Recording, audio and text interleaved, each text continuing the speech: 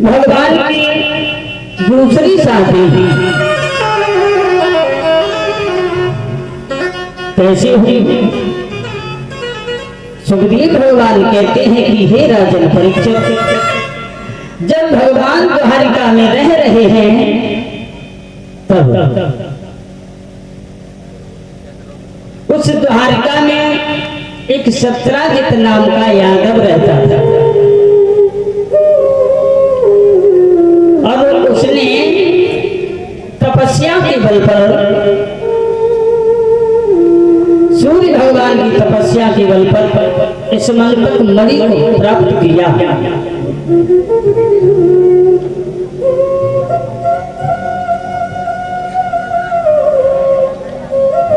उस मणि में ये खासियत थी, 60 भाग सोना प्रतिदिन निकलता था। अब तो 17 दिन प्रतिदिन धनवान होता चला गया, कुछ काम भी नहीं करना पड़ता है।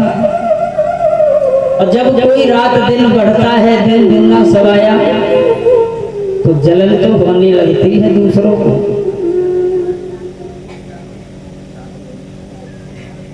द्वारिका में बातें होने लगी, भैया सत्राजित कुछ काम भी नहीं करता है, सारे दिन पड़ा रहता है, इसके पास इतनी दौलत कहां से आई? और ये सत्राजित एक दिन भगवान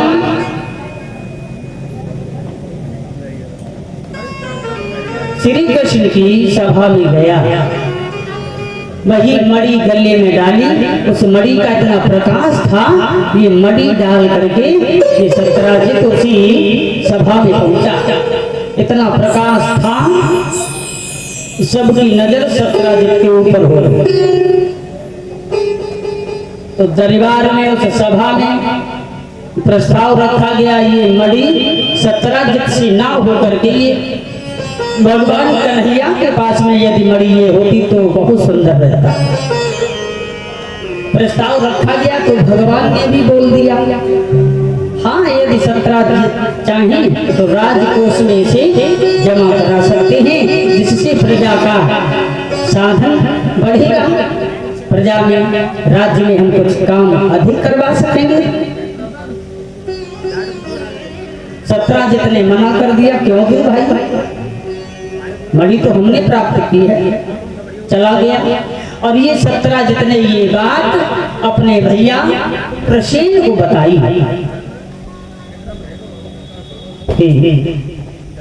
भगवान कन्हैया की नीयत खराब हो गई, मणि देख करके प्रसेन ने कहा, ये मणि मुझे तो मैं देखता हूँ, कैसे भगवान कन्हैया ये मणि लेते हैं। और उस मणि को लेकर के ये जंगल में शिकार करने के लिए गया। वहां एक शेर से भेंट हो गई, शेर ने प्रसेन को मार दिया और मणि ले ली।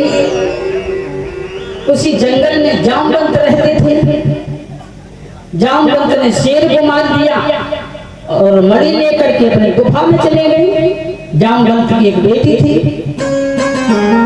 वो खेल रही है उस मणि से गुफा में। ये त्रेता वाले ही जामवंत थे।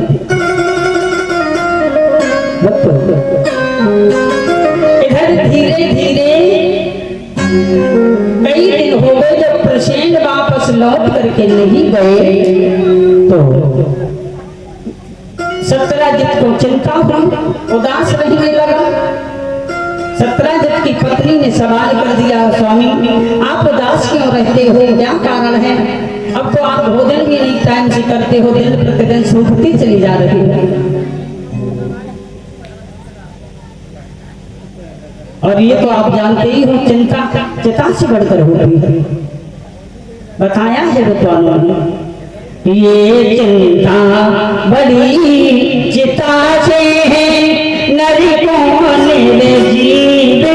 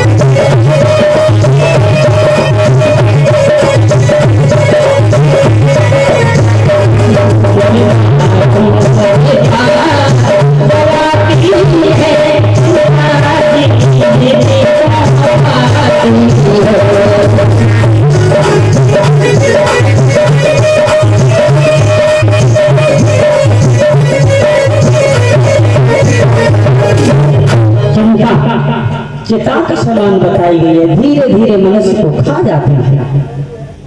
सत्यराजित ने कहा कोई बात नहीं, जिद पड़ गई सत्यराजित की पत्नी बाहर तो बताना पड़ा, भद्री मुझे ऐसा लगता है कि भगवान कन्हैया ने हमारे भैया को मरवा दिया।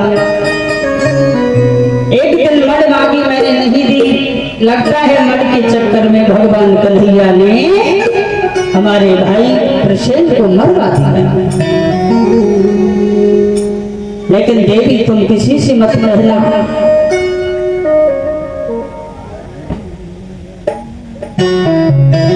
दो चार दिन हो गए, अभी ये कुआ पे पानी भरने के लिए जाती हैं, ये भी चिंता में रहने लगी। चिंता वाली बात ही है, चिंता में तो रही। साथ की सहेलियों ने सवाल कर दिया, और बहन अब तू बहुत उदास रहती है, क्या बात है? बोले कोई बात नहीं है। साथ की सहेलियां कहने लगी, बहन तुम मुझे नहीं बताओगी अपनी सहेलियों को, तो किसे अपना दिल की बात बताओगी? जवाब दिया बता तो दूं, लेकिन तुम किसी से कहो ना। तो साथ की सहेलियां कहने लगी, मैंने अभी तक कोई बात तुम्हारी किसी से कही है? मैं तो सच्ची सहेलियों में से गिनी जाती हूँ ना तुम्हारी। कहा उरी बहन मुझे ऐसा लगता है कि द्वारका के राजा कन्हैया ने हमारे देवर को मरवा दिया। आज 8 दिन हो गए, कोई पता नहीं। अब सत्यराजित की पत्नी ने अपनी 4 सहेलियों को बताया, 4 सहेलियों ने अपनी 4 सहेलियों को बताया। धीरे धीरे धीरे धीरे भक्तों यहाँ तक हुआ कि सारी द्वारिका में हलचल मच गई कि भगवान कन्हैया ने सत्यराजित के भाई को मड़ के चक्कर में मरवा दिया। मड़ के चक्कर में मरवा दिया। जब ये बात भगवान मुरली मनोहर के पास में पहुंची, अब तो बुजुर्गों से सलाह मिलाई, ये कलंक कैसे दूर हो? एक अकेला जाता हूँ हम प्रसेन का पता लगाने के लिए, मड़ मिल भी गई, ले आए तो सत्यराजित मानेगा नहीं, रख ली होगी भले दी बात।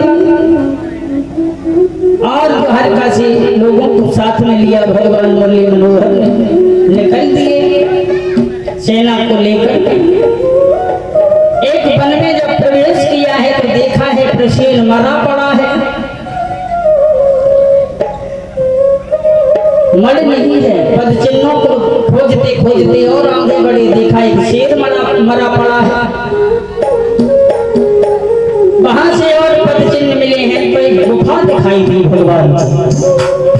द्वारिका के वासियों से कहा है भैया तुम यहीं खड़े रहना, मैं इस गुफा के अंदर जाता हूं। 27 दिन तक हमारा इंतजार करना। आज भगवान उस गुफा के अंदर जब ही प्रवेश करते हैं तो क्या देखा? बहुत सुंदर भवन बना हुआ है उस गुफा के अंदर। सुखदेव भगवान कहते हैं कि हे राजन परीक्षित, अंदर था एक विशाल भवन। बहुत सुंदर भवन है। अंदर था एक विशाल भवन, जिसमें पलना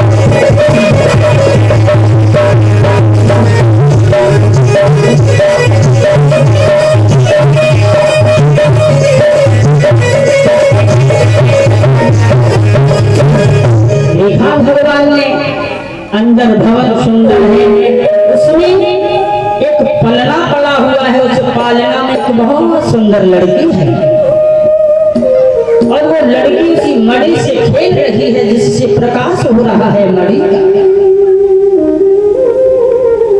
भगवान ने जो ही वो हाथ तुम्हें मण लेनी चाहिए तो वो लड़की रोने लगी और जब लड़की रोई तो लड़की की रोने की आवाज सुन करके जामवंत बाहर निकल करके आए कमरा से।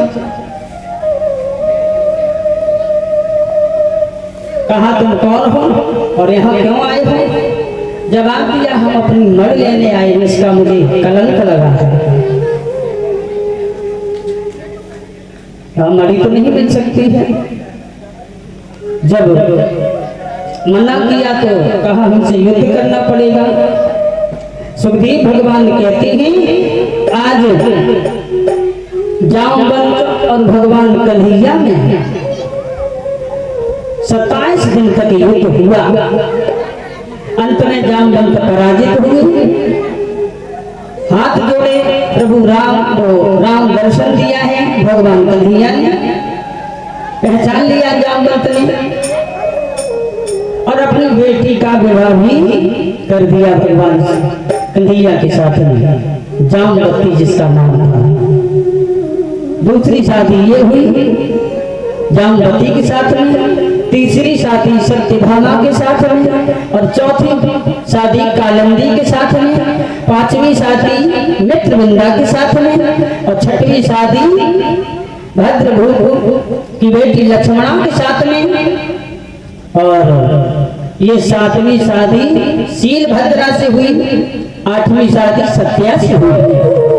इस तरह से भगवान के 8 विवाह हुए और 16,100 ये भौमासुर पृथ्वी का बेटा है कि भौमासुर यथा तो भगवतो भौमे एन जिताई स्त्रिया निरुद्धाते निराक्षस